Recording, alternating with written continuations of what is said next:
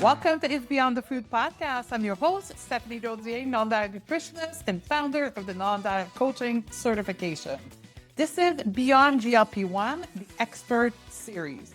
I created this series of podcast episodes because informed consent required the full picture, not just the press release.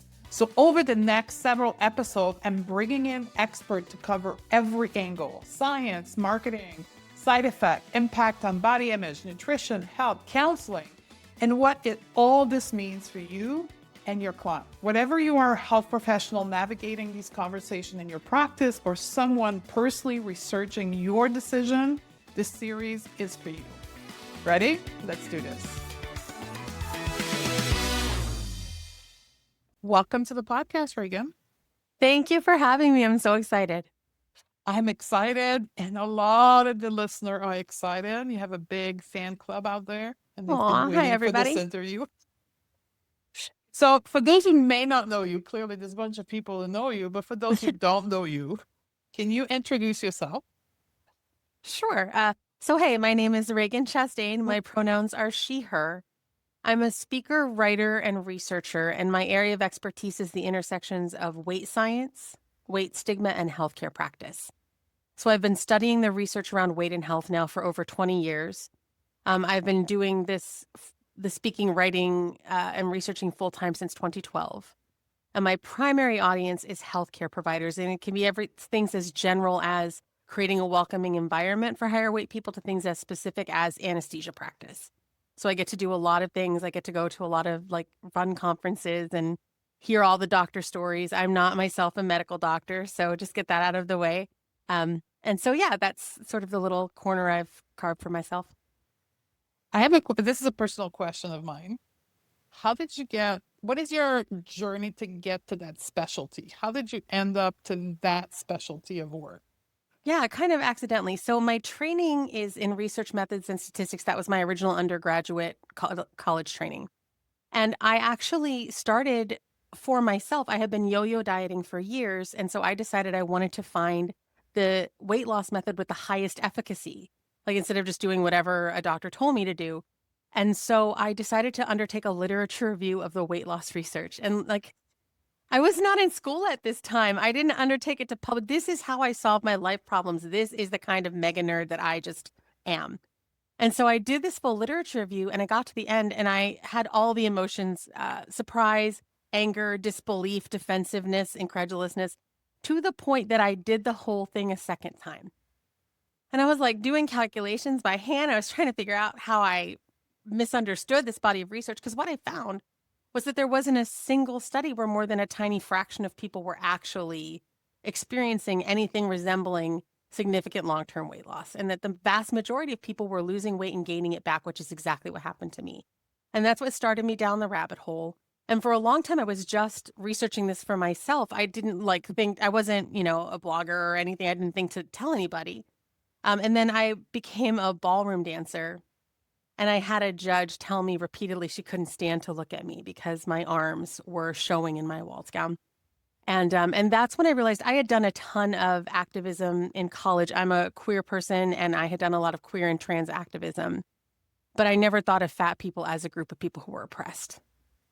And so in that moment, as that judge told me repeatedly she couldn't stand to look at me, I was I had the light bulb moment of, no, this is an oppression. And at the time, so embarrassing. I didn't know there was this huge community that had been going strong since well before I was born.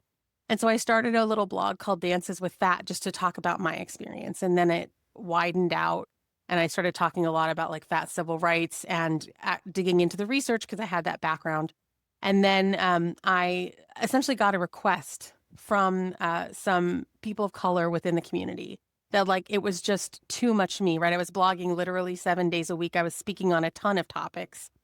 And so I said, well, what would be the most helpful? And the suggestion that came back was if I focused in on the research around weight and health. And so that's kind of how I moved into this as a specialty and just started doing this every day. That's when I started the weight and healthcare newsletter and all of that. That's a beautiful story. Thanks. A long story. I hope you can cut that down in editing. I find myself in your story because that's how I came to nutrition to try Mm-hmm. to find the way to lose the weight permanently after Right. 25 years. I'm like, okay, I'm going to go get a degree in this because I'm going to solve my own problem. And here we are today having this conversation. So, Yeah. Louise Adams, who her episode of this podcast is incredible. Everyone should go listen to it right away. And she and I do a lot of work together, and we have basically the same origin story.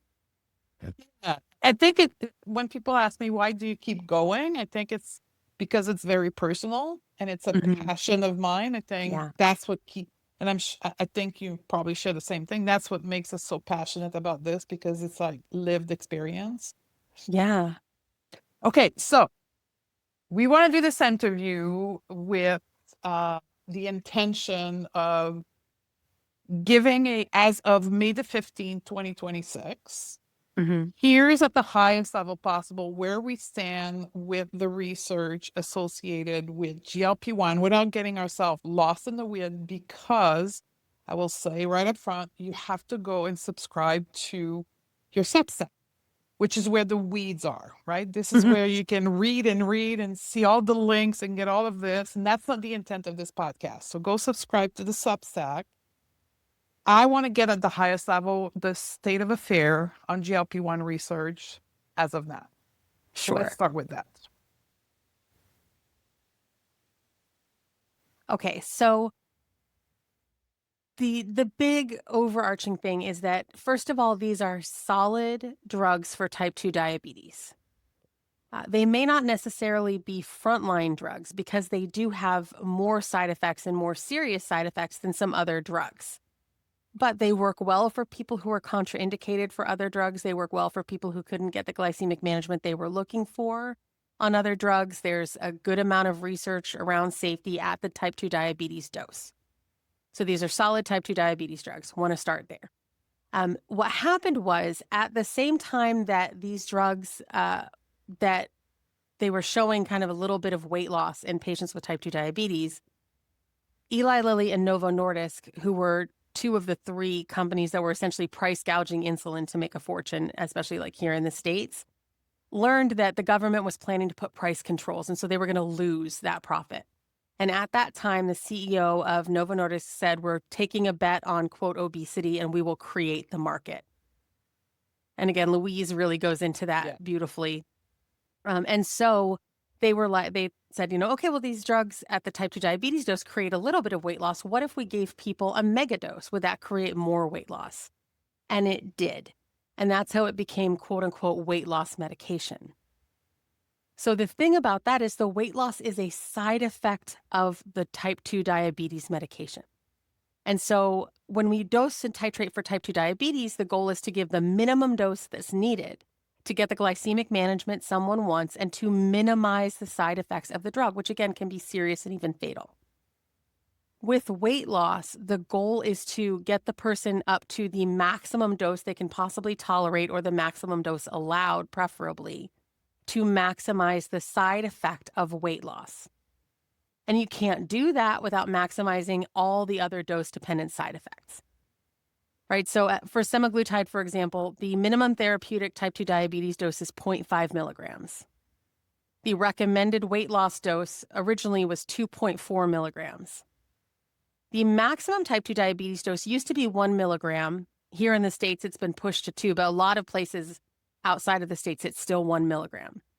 Right? So we're talking about almost 2.5 times that original maximum dose, almost 5 times that original minimum dose. And then most recently, they have approved semaglutide at 7.2 milligrams, so 14.4 times that minimum effective type 2 diabetes dose. For that larger dose, you get more side effects, more of some specific side effects, and people lost about 9 additional pounds, 8 to 9 additional pounds. But at the prices that Novo Nordisk's pharmacy charges, they would have paid about $900 for those 8 to 9 pounds. Because I just want to pause you. So for everybody to be clear, because some people listening to this may not be aware of the systemic problem here of capitalism. I just want to name it.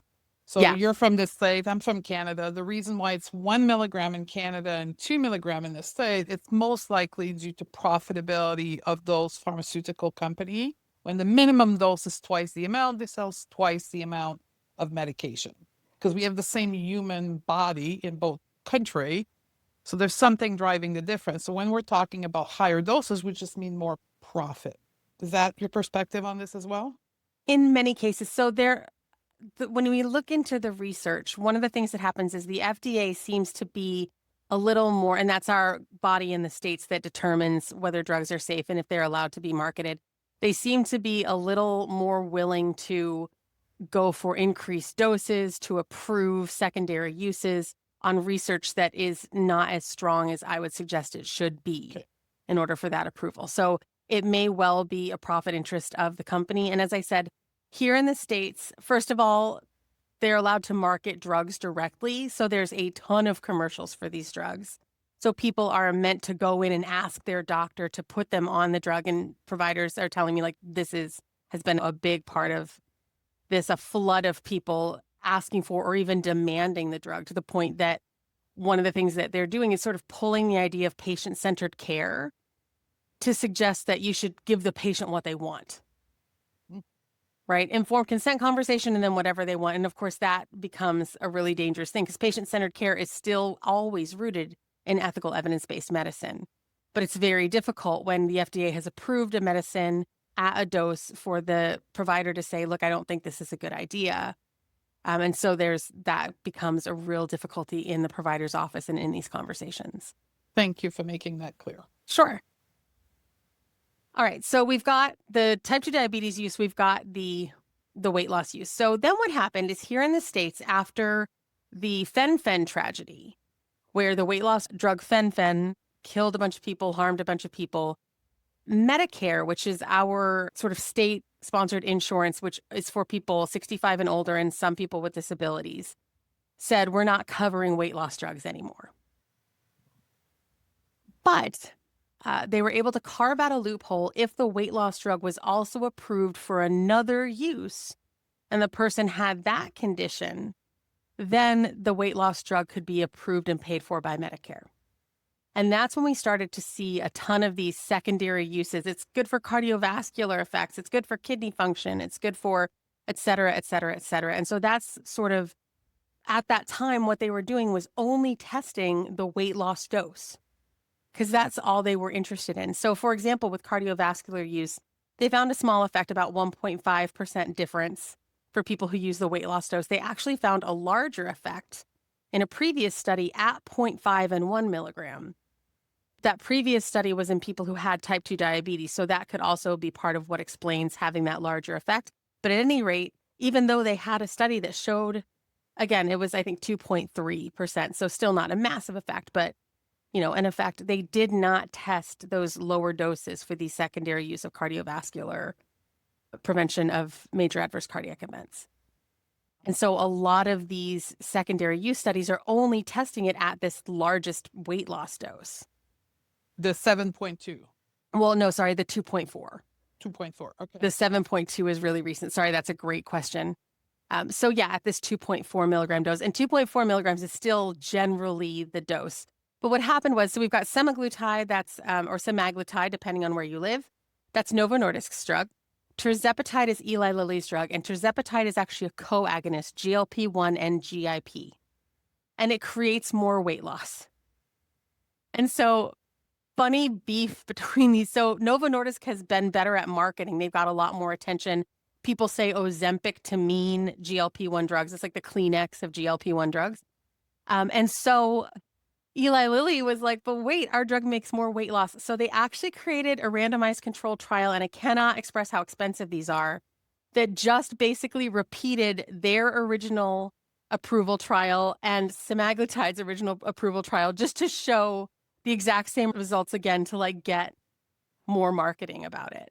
And so this is like, I lay up at night and think of what I could do with that kind of money for research that they spent just to repeat two trials that were already done, just so people would say, look, we have more weight loss.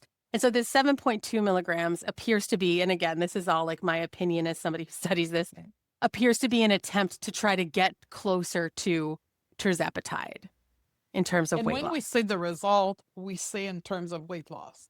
Like yes. So the amount of weight loss, is that yes, it? Yes, exactly. So The average for 2.4 milligrams of semaglutide is about 15%. Now, crucially, about half the people in the trial lost less than that. And regularly, about 13 to 15% don't even lose 5%. And I do not think, I'm a weight inclusive advocate. I do not think weight loss is actually a healthcare goal. We can get into all of that, but just in terms of what they're reporting, right? And with tirzepatide, it was about 20%. And again, about half the people lost less than that, and about 3 to 5% don't lose even 5%. And this is critical because they keep touting these averages. And then somehow the message becomes, well, you can just, however much weight someone quote unquote wants or quote unquote needs to lose, because there are patients who are sort of forced into these drugs because of BMI-based denials of care, right? They desperately need a knee surgery. And so they're told, oh, well, we won't operate on you at this size, so take, these weight loss drugs. Or have weight loss surgery, which is ridiculous, right? Like, it's unsafe to do surgery at your body size, so let's recommend you to weight loss surgery. That's, I think the technical term is bonkers. One of the things that I'm seeing, and I'm a board-certified patient advocate, and so I mostly teach other advocates. I don't do a lot of individual advocacy just because my speaking schedule doesn't allow for it. But one of the things I'm seeing, I had 3 different patients who needed, in big quotes here, 40% of their body weight to be considered worthy of surgery based on this BMI-based denial that holds their healthcare hostage for a weight loss ransom. And they were all recommended to semaglutide. There's almost no chance that they're going to experience 40% weight loss, even temporarily, before they start gaining it back. And so this is another big piece of it. And I don't want to get too much into the weeds, but so we've got the original type 2 diabetes use, then we've got the weight loss use, then we've got all these secondary uses to try to get through this Medicare loophole to get more people on Medicare. And one of the things in the States is that once something is Medicare approved, it really pressures other insurance companies to approve the drugs as well. And so there's that part of the push as well. So when we look at the weight loss aspect, and we'll come back to the medical condition, but we look at the weight loss, 15 to 20% average weight loss for some people. And is it sustained? So no. And here's the thing. They made a weight loss drug that is in many ways like every other weight loss drug. You lose some weight when you take it. As soon as you go off, the weight comes back. Now, with these drugs, the weight comes back much faster than people who lose weight temporarily through behavior-based weight loss interventions, right? Everybody regains the weight, almost everybody regains the weight, but it's regained much faster with these drugs. Also with these drugs, we're seeing 20 to 50% of the weight lost is muscle mass. And so then when people regain the weight, they don't regain the muscle mass. So it's a drug-induced body composition shift for the vast majority of people, where they end up the same weight or possibly heavier when they started with less muscle mass. And I don't think there's anything wrong with being fat or becoming fatter, but in terms of mobility, in terms of, especially into our elder years, muscle mass is very important. So we've got this situation. So we know when people go off the drug, they regain the weight. Now, the tirzepatide withdrawal trial actually looked at weight regain among people who stayed on the drug. So what they did was they put everybody on the drug for 36 weeks. Okay. So over the next 52 weeks, they took half the people off the drug, left half the people on the drug, right? People who went off the drug regained the weight. People who stayed on the drug, 10.5% of those people regained more than 20% of the weight that they had lost in the first 36 weeks over the next 52 while still on the drug. Critically, everybody else may have regained up to 19.9% of the weight that they lost. But we don't know because the researchers defined maintained weight loss as having regained less than 20% of the weight. For sure. Which is like, if I told you, oh, I started the race in first place and I maintained that, you would say, congratulations on winning the race. And if I said, oh, no, I didn't win, but I came in 19th place, but not 20th, you would say, what are you doing? That's not how this works, right? But that's kind of manipulation we see in the research. So we don't know if the other folks were regaining weight or not because they obfuscated it into regain more than 20 and regain less than 20. But even on the drug. And so one of the things this weight loss industry is really good at is coming up with ways to make up for the shortcomings of their interventions. And so with these drugs, what they did was say, okay, we can't fix our drug. We can't create a drug that actually you lose weight and then that is maintained. So we're going to change the definition of fatness. And that's where we're seeing quote unquote obesity is a chronic, lifelong, relapsing, remitting disease. And that makes up for all the shortcomings of these drugs, right? So, oh, you don't go off of it because it's a chronic disease. And we keep hearing like asthma or like, hypertension. But it's not like asthma or hypertension because they have defined criteria with no overlap. You either have it or you don't. With quote unquote obesity, all the same health issues that fat people get, thin people also get. So there's complete overlap between symptomatology. There's complete overlap between cardiometabolic profiles. It's literally a body size. But when we say it's a chronic disease, that means they can say, well, you just have to take our drugs forever. Then when they say the case exactly for taking a life, they're creating a case yes. to put people on these drugs for lifetime. Exactly. By redefining and I would say ill-defining fatness. And then the relapsing remitting part is critical because then when their drugs fail and people regain weight, even if they're on the drugs, it's not because the drugs don't work. It's because of the relapsing remitting nature of the quote unquote disease of quote unquote obesity. And so this contextualization has been what is allowing them to build these billion-dollar profits that if they can get it done, will be sustained until enough people get harmed by these drugs or until like the word gets out.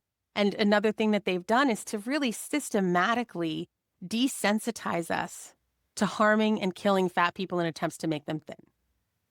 To the point that the FDA approval here in the States, that's acceptable, right? The fact that these drugs have serious and sometimes fatal side effects is acceptable for the use of weight loss just to make body sizes smaller. There's no guarantee any health is going to come from that. And again, when we see body size change and health change, the research tells us that the most likely outcome is either behavior changes or an aspect of the drug itself, not the weight change. And in the secondary use studies, where we look at, kidney function or cardiovascular, consistently, it's a small effect, but also the effect happens before weight loss or without much weight loss. And so even though they're sort of glossing over that because they want us to believe, as we've been taught and as this weight stigma-based society believes, oh, if you lose weight, then health benefits follow, right? When in fact, it's more likely that behavior changes create health benefits and the weight loss is short-term and small. Wow. Okay. So when we are looking at weight loss, short-term result, an average of 15 to 20%. And the reason the pharmaceutical company explained the reason why people regain the weight because of the relapsing nature of the disease of obesity. Yes. Out of curiosity, because I'm quote unquote obese, right? So I'd love to understand their logic of the relapsing nature. Because typically it's blame on the individual, right? Mm-hmm. That's what the diet world was. What I was wrong because I wasn't restricting all the time. Something was wrong with me. What's the relapsing nature in the world of GLP-1?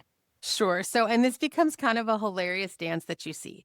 So we've known for decades, 100 years of research looking, Stunker et al. 1959 looked at the previous 30 years of research from the 20s, right? That the vast majority of people lose weight short-term and gain it back long-term. And for a long time, the weight loss industry was able to use weight stigma to blame the victims of these interventions, right? It wasn't people failing, it was the interventions failing. And I know that because they failed 95% of the time. There's no medication that we tell people to take and we're like, well, if it fails, that's on you, right? That's not how these healthcare interventions work. But the weight loss industry sort of rode that out as long as they could. But then with the advent of these GLP-1s and the idea of, well, we can say it's a disease and it's relapsing, remitting disease, then they were able to shift. And that's when they started the co-option of the idea of weight stigma. And so they've been working really hard to speak over and for actual fat positive anti-weight stigma researchers to say that the definition of weight stigma is only fat people being treated badly and fat people not having access to their drugs.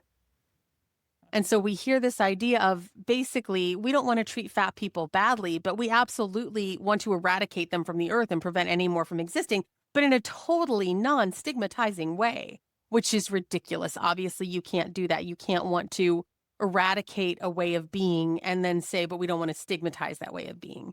And everyone should go read Dr. Rachel Fox's anti-obesity assemblage dissertation. It's incredible in its understanding of how large this actual mechanism for eradicating fatness is. So you've got that, but they can't really say, yeah, we've been lying to you all these years and, behavior-based interventions don't work. So in all of the studies, you'll see behavior-based interventions are the cornerstone of weight loss. However, they're difficult to maintain. Well, then why are they the cornerstone of weight loss? What are you even talking about? And these interventions will have the drug group and the placebo group are told to engage in caloric deficit and exercise. So they're given a plain old-fashioned eat less and exercise more diet. And this is also an issue that kind of may boost their effects, because people who are on the drug, who are seeing the weight loss, and they've joined this study because they want to, take a weight loss medication. They didn't get elected into it. May then participate in more of the behaviors. Whereas people on the placebo group, we find they know pretty early they're in the placebo group because these drugs have significant gastrointestinal side effects, especially upon initiation. So they're injecting something and they feel nothing.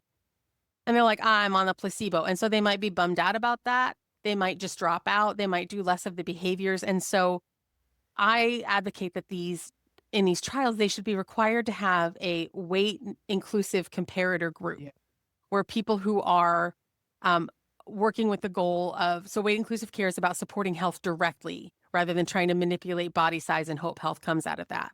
So if we had actual weight neutral comparator groups, we could really see, are these drugs doing more? And what's the risk benefit analysis? But when you just put both groups on a diet, then they are able to not disavow all those behavioral interventions that so many of the people are still profiting on. Right? So they've got, it all has to work together. The people profiting on behavioral interventions have to work with the people profiting from the drugs, have to work with the people profiting from the surgery. So it has to be a copacetic environment. And so that's where we see a lot of kind of hilarious dances about the way that they're wording things. Wow, that's phenomenal. Okay. So let's move ourselves, because I could ask a ton of questions, but I want to make sure we sit everything in. Yes. The next piece that's starting to really arise in the last 6 to 12 months anyway on my social media feed and everywhere is the claim of medical use, be it beyond type 2, heart condition. I saw today Alzheimer, right? There was this social media influencer who went on the Girly podcast and says, I've elected to microdose GLP-1 because it has effect on one of the genes that I carry for Alzheimer, and there's PCOS. Where is the state of the science on medical use beyond type 2? Yeah, so it's pretty shaky. So one of the things that they've done, and you have to understand that we're talking about endlessly deep pockets, right? So I'm involved in co-authoring 12 different studies now, because one of them was published, and none of them are funded at all. We're all doing this in our free time for no money. Whereas these drug companies have all the money in the world. And you'll see the researchers, there are studies where the researchers have taken millions of dollars from the drug company. And so that conflict of interest thing is a whole other issue. But in general, when they do a study for something specific, then we'll see them do a ton of what are called secondary endpoints. So they're like, we want to see how much weight is lost, but then we're going to test, 50, 75 other things. And we're not testing them for multiplicity, and we're not calculating statistics. We're just curious. But what they're doing is creating this mystique, because they're like, look, so many of these secondary endpoints had effect, but we don't know what size effect, and we didn't, again, appropriately calculate them. But then they also have that data. So then they can look at all their data and they can say what group of people is likely to have the greatest effect. Then they create a trial. And again, this is just my belief about what's kind of happening behind the scenes. And so that's why we're getting these trial populations that are real specific. But then they claim results for a very broad group. So for example, the semaglutide cardiovascular trial. All they included were people, you had to be 45 and older, you had to have pre-existing heart disease, and you had to have a body mass index of 27 or higher. And then they said their results applied to adults with quote overweight and quote obesity. There's a lot of definitions for adults, like we could talk about that, but none of them are 45 and older with pre-existing heart disease. Nobody thinks that's an adult.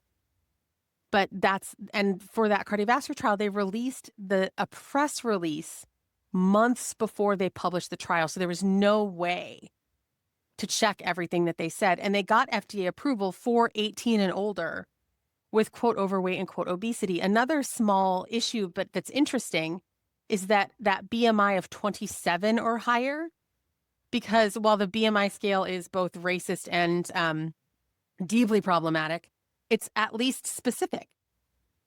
So quote overweight starts at 25. So why did they start at 27? Right? And I'm sure if you ask, they would give you an explanation, but it's interesting that they then use the term quote unquote overweight. So they're basically gaining 2 BMI points in their market that they did not test the drugs on. Also, the cardiovascular trial was only statistically significant for white and Asian men as a composite, average age of 61.6. It was not statistically significant for women, Black people, Hispanic people, those under 55 or over 75, or those with a BMI over 35. And so, but it got approved for adults with, as a for cardiovascular. So it's the way that the study happened and the approval that they got, there's like a mismatch there. And the way that they did it is, I would say, diabolical, right? To put out that press release to get a ton of press coverage. Novo Nordisk stock went up, I think, 16 or 17% that day. And then months later, they released the study and we can all go. And again, they keep claiming the 20% benefit, but really the absolute risk reduction is 1.5. That's what you can expect in the real world. And so there was a lot of shenanigans. So when we talk about the secondary uses, this is the kind of thing that's happening. If they've got this very specific group, but that they get approval. Angela Meadows, who was the senior author on the paper she and Louise Adams and I just put out on GLP-1s and weight loss, she did a ton of research and writing on the paper and found on the tirzepatide trial for people with preserved ejection fraction, they actually changed their primary endpoint on the 55th revision 3 years into the trial. And likely because there were more deaths in the tirzepatide group than there were in the placebo group. So they changed their primary outcome and then reported. And so it's so hard to find the amount of time that Angela went to and effort she went to figure that out. Nobody would. And so that's the kind of shenanigans we see. So we see there's an effect, but the question that needs to be asked is this effect better than the drugs we have for this? And the Alzheimer's thing, I think, is there's a lot more research that would need to be done. Right at this point, it's a very unsure. And there's no research on microdosing. So people who are microdosing, this is not FDA approved. This is not. It's something that can happen in the US because of our compounding pharmacy situation. Yeah. So when these drugs came out, they went into almost immediate shortage. And when there's a shortage, compounding pharmacies are allowed to get involved. And typically, what compounding pharmacies do is they switch a drug's method of delivery to work for someone. So let's say I can't swallow a pill. A compounding pharmacy will take the brand name pill or the generic pill and make it into a liquid for me.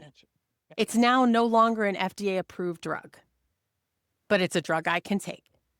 They do it a lot for pet medications as well, right?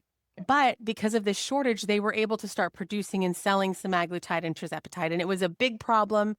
And the drug companies fought this tooth and nail every way they could. I have a whole series about this on weight and healthcare if you really want the inner workings. But at any rate, that's where the microdosing comes, right? So they say, oh, well, we're not using the drugs. I'm not going to use the full dose. So I need a microdose. So you can compound that microdose and personalize the dose.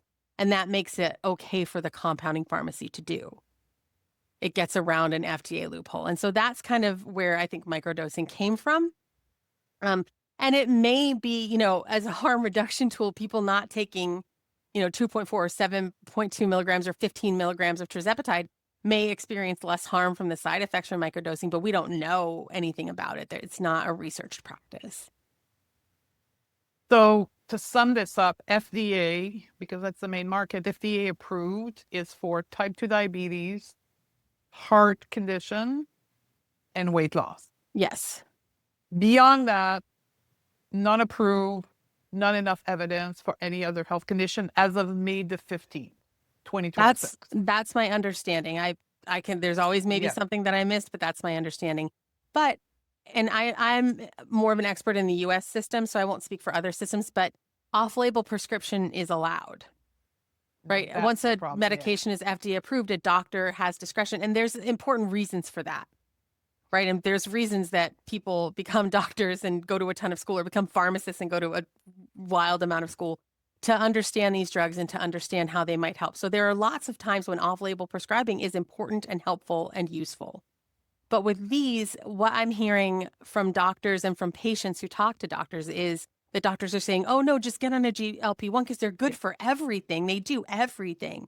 And that's not true. That's a result of the marketing that the drug companies have done, and not just generally, but they're very specifically training doctors. They're putting doctors in their speakers bureaus and stuff. But like the New Jersey arm of Novo Nordisk paid out not only well over $25 million in 2024, but almost 500,000 payments, individual payments. So they're doing a lot of training. So there's a database called Open Payments. And if you go there, you can see what money a US-based doctor has taken from the pharmaceutical and medical device industry. And so if you go in there and you see like food and beverage, that means they've been trained by the drug company. And they're very good at it. They're doing grand rounds and continuing medical education. They've created this whole like education infrastructure. I know Louise talked about that on her episode of this. And so it's very, very sophisticated. They're sort of combining these playbooks of what the weight loss industry learned, what they learned from price gouging insulin, and then what they learned from Purdue Pharma and how they got OxyContin to be this blockbuster drug. And they're taking all of that and then elevating it. And then we layer into that social media, Yeah, which then has because of this payment structure, there's a ton of influencer and physician who are then propagating information using their title and leading people believing that you need to take this for PCOS and you need to take this for this and you need to take this for this. Yeah. And it's broadening. I don't think there's any limit at this point. Almost all the main health conditions are claimed to have a potential positive effect with GLP-1 at this point. Yes, I just heard about a neurosurgeon TikTok influencer, which are 3 terms I never thought I'd put together, who partnered with Noom and was just like, it doesn't matter what weight you are, there are benefits to this drug. And I'm like, oh my gosh, like this is so messed up. And yeah, there's no end to it. And there's so many, the assault on the free press here in the United States has really created media who they need eyeballs and clicks to live. And GLP-1s give you eyeballs and clicks. Influencers need eyeballs and engagement. That's how they are making their money. And so GLP-1s get those eyeballs and that engagement.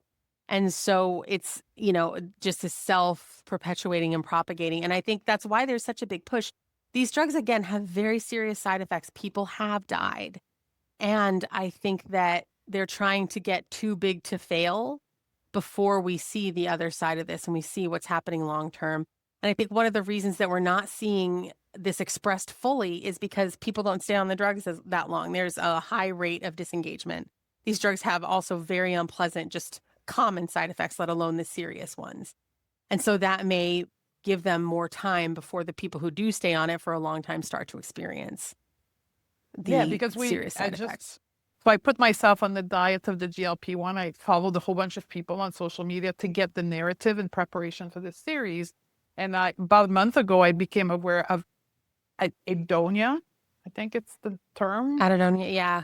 anhedonia, whereby Pete, and the reason I became aware as an influencer was saying, I need to get off of it for my vacation so I can have fun. I'm like, what is she talking about?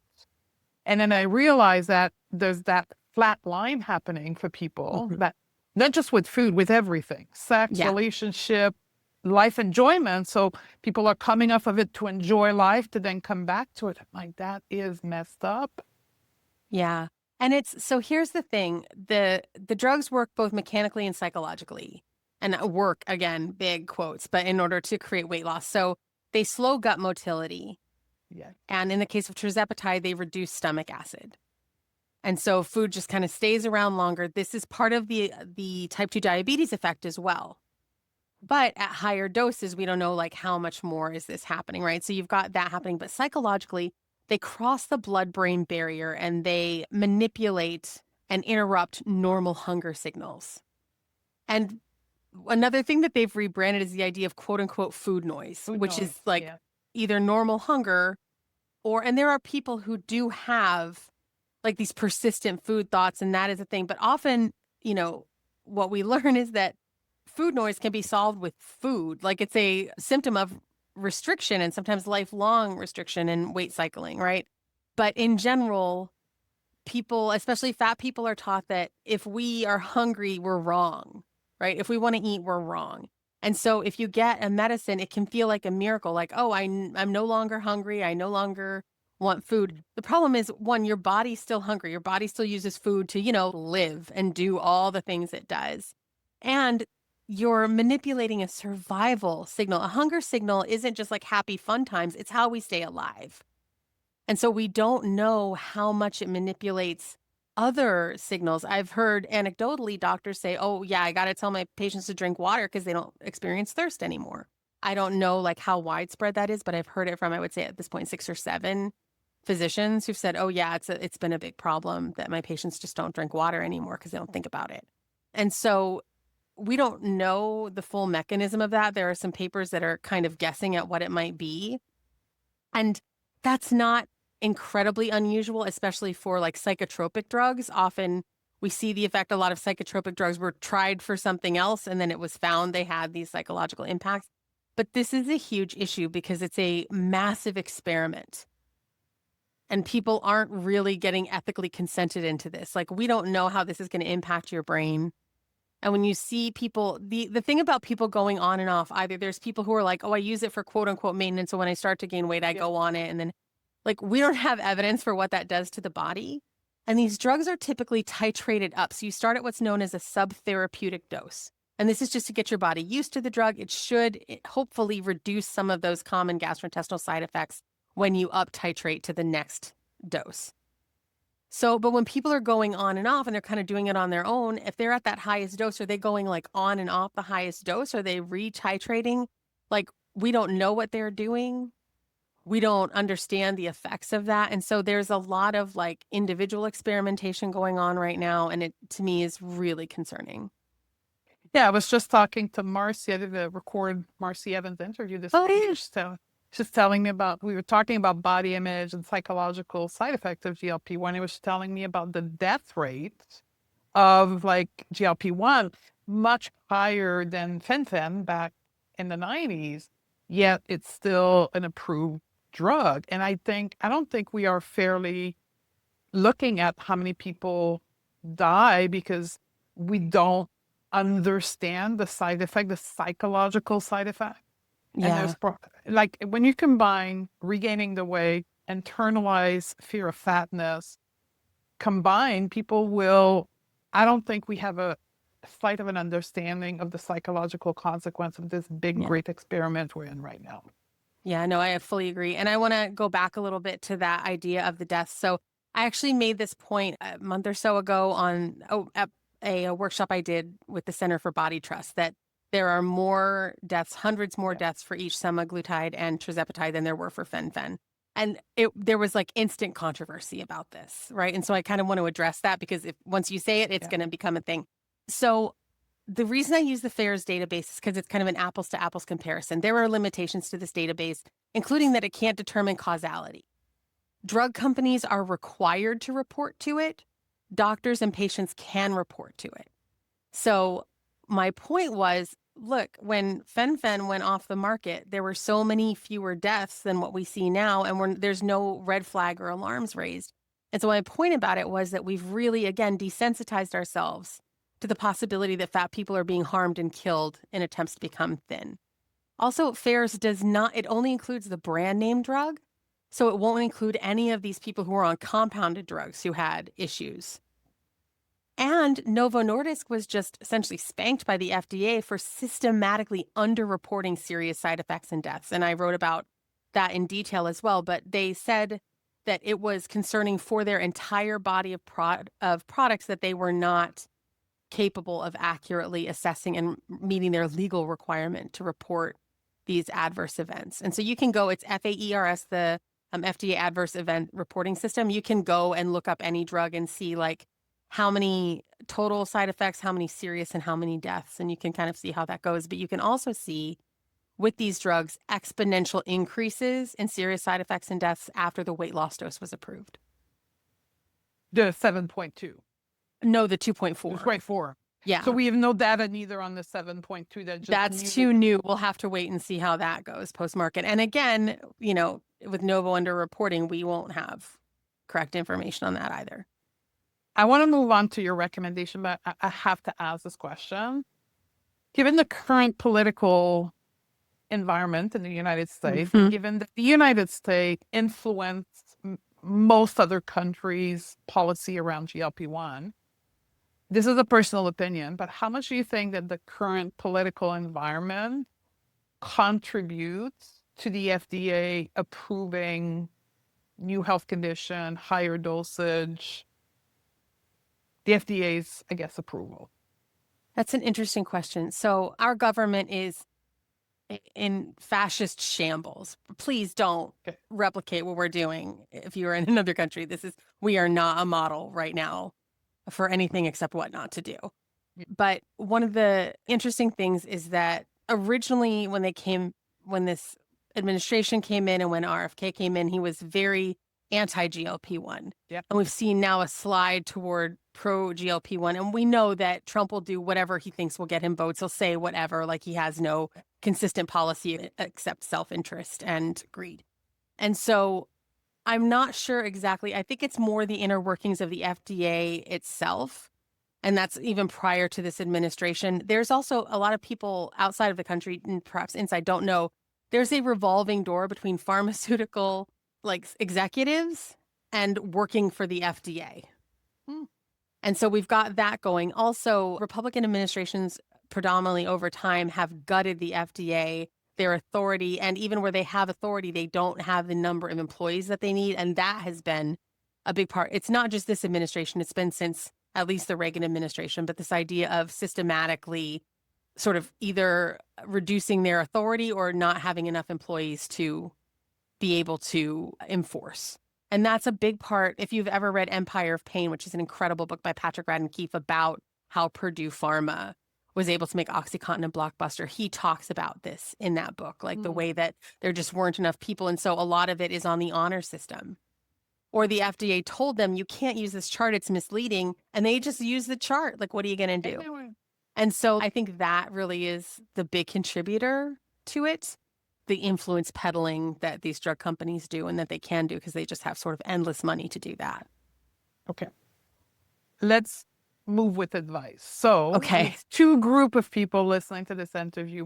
We'll call it general population and health practitioner. And we'll assume that the health practitioner group, it's not their day-to-day job to read, study, and understand it. So for the group of the health practitioner listening to this, what would be your recommendation in regards to science and managing the flow between the marketing headlines and the actual science? Like, what would be your advice there? So my first piece of advice is that you absolutely cannot trust the abstract, the results, or the conclusions of the study to tell the true story of the data. So the longest study we have so far for weight loss is 4 years. It's a study of semaglutide. The abstract, the results, the conclusions all said that weight loss was sustained for 4 years.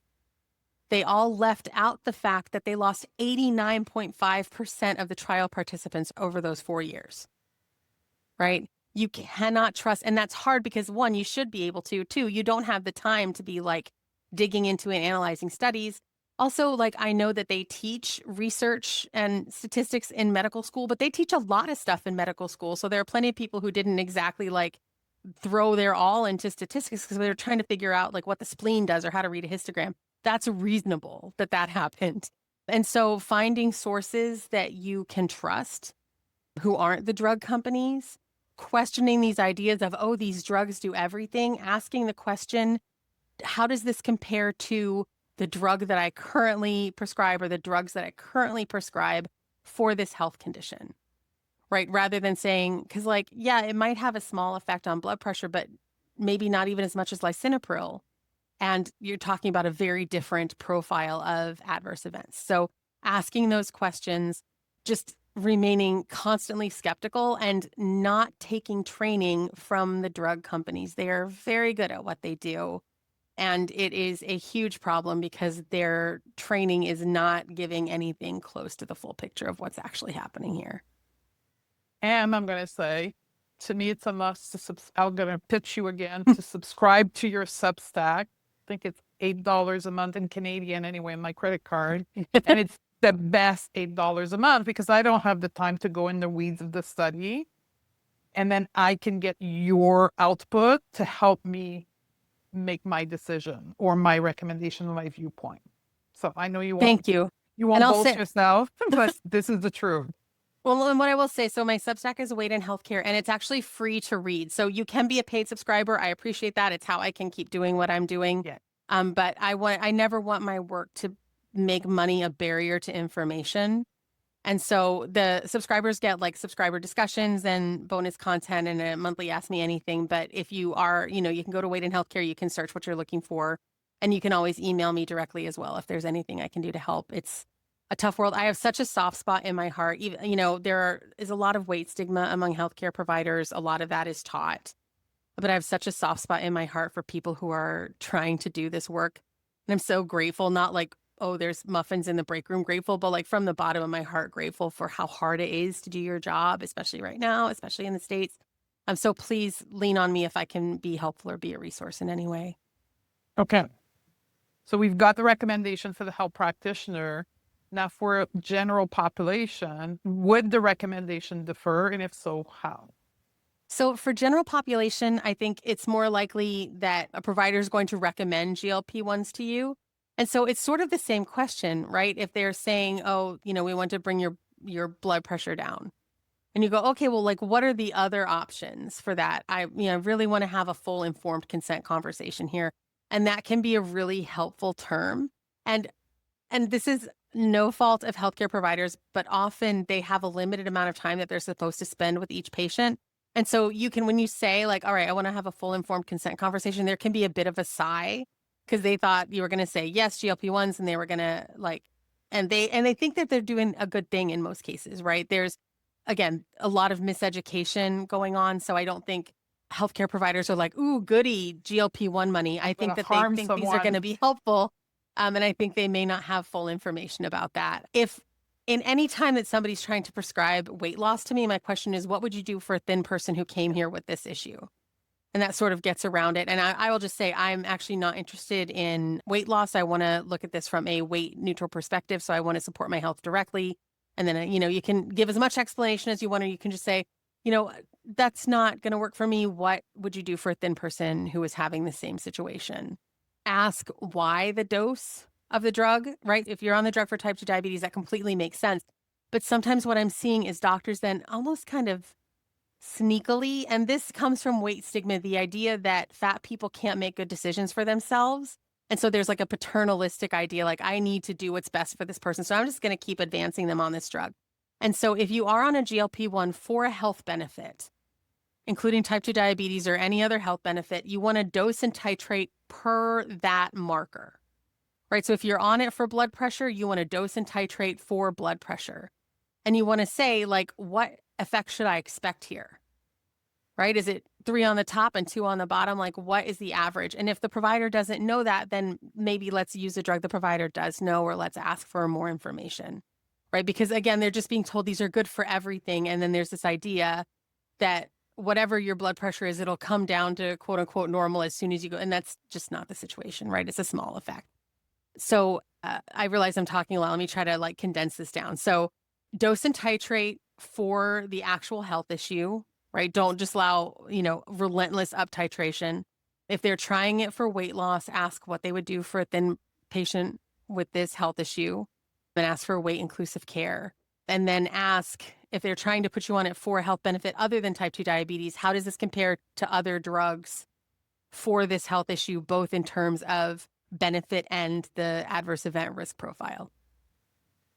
Amazing. I'm going to put in the informed consent. I know you're working on the document from the weight inclusive medical student that have produced in 2023 an informed consent in lay language for patients to get like a full story in terms they can understand. And it's dated of 2023, and I'm going to link it in the show note. You're working on an updated version with the same group of people. But they're working on it. I'm advising, but it's really their document. I'm giving anything feedback. Significant would change from the 2023 version that will be linked in those show notes? So yeah, I think look for that updated version because it's going to have more about the current research, the current dosing, the idea of these other health benefits that they keep trying to like slide it in for. But currently, the current version is still something that can be, I think, really helpful. Okay. So I will link that, and that's good for both practitioner and general population, that you are a practitioner having a conversation with one of your clients about GLP-1. That's a great document to give. And for the lay population. Okay, my closing question that I ask everybody on this series, given your area of expertise, what do you see our future be in the weight neutral space in 5 years from now? I think it has to be two things. We have to absolutely unyieldingly hold the line on weight stigma, right? Any conceptualization of weight stigma has to include poor treatment of fat people, implicit and explicit bias, and any attempt to prevent, reduce, or eradicate fatness, right? Weight stigma isn't bad because it might make people less likely to diet. It's not, weight stigma is not the lack of access to weight loss drugs. Weight stigma is the poor treatment of fat people, including the attempt to prevent, reduce, or eradicate our existence. So we've got to hold the line on that because they're pushing so hard. And then the second needs to be an absolute right to weight inclusive care, right? We're not weight inclusive only because we didn't think we could make fat people thin. And this is something that we're seeing. And I just recently answered a reader letter about this that was really heartbreaking, who was like, I'm finding out that all these providers who I thought were like really there for me only didn't tell me to lose weight because they didn't think it would work. And now they're pushing these drugs and, you can treat quote unquote obesity and still be anti-weight stigma and kind of all of this. And so we have to be clear. Weight inclusive health is an evidence-based ethical paradigm, period. It doesn't matter what you think about weight or if you think people can become thinner, right? And finally, the thing that I always say is that fat people have a right to exist without shame, stigma, bullying, or oppression. It does not matter why they're fat. It doesn't matter if there are health impacts of being fat. It doesn't matter if they could or even want to become thin. Fat people have a right to full inclusion and accommodation in the world, including healthcare, period. And so I think we've got to keep that in mind as we push forward in the next 5 years. It doesn't matter if people can lose weight on these drugs. It matters that they have an absolute right to weight inclusive care and that is an ethical evidence-based paradigm, and that likely has more benefits with fewer risks. And so, and when I say it doesn't matter, obviously it matters that this drug is being pushed and all of that. But in terms of like how we're conceptualizing this, the right to weight inclusive care has to be clear. Thank you very much. I'm going to end it here because that is the perfect way of ending the interview.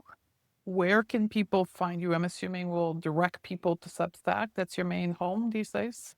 Yeah, so weightandhealthcare.com is my Substack. Sized, SIZED for Success is my speaker site. So I speak all the time, CME, grand rounds, lunch and learns, whatever, for lay groups and for healthcare provider groups. So please reach out if that's helpful to you. And yeah, and Ragen Chastain on Instagram. Thank you very much for having taken an hour and 15 minutes of your time to share with us. And we're likely going to do an update in a year from now from what has changed in the science because it rapidly changed. So we're going to stay on our toe. Thank you very much. Anytime. Thank you for having me, and thanks for the work that you do here. Thank you.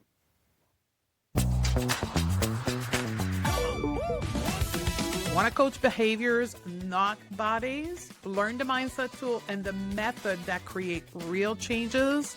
Join the waitlist for the next cohort of the non-diet coaching certification at stephaniedodier.com/waitlist. That's where the real training begins. And I'll see you on the other side, my sisters.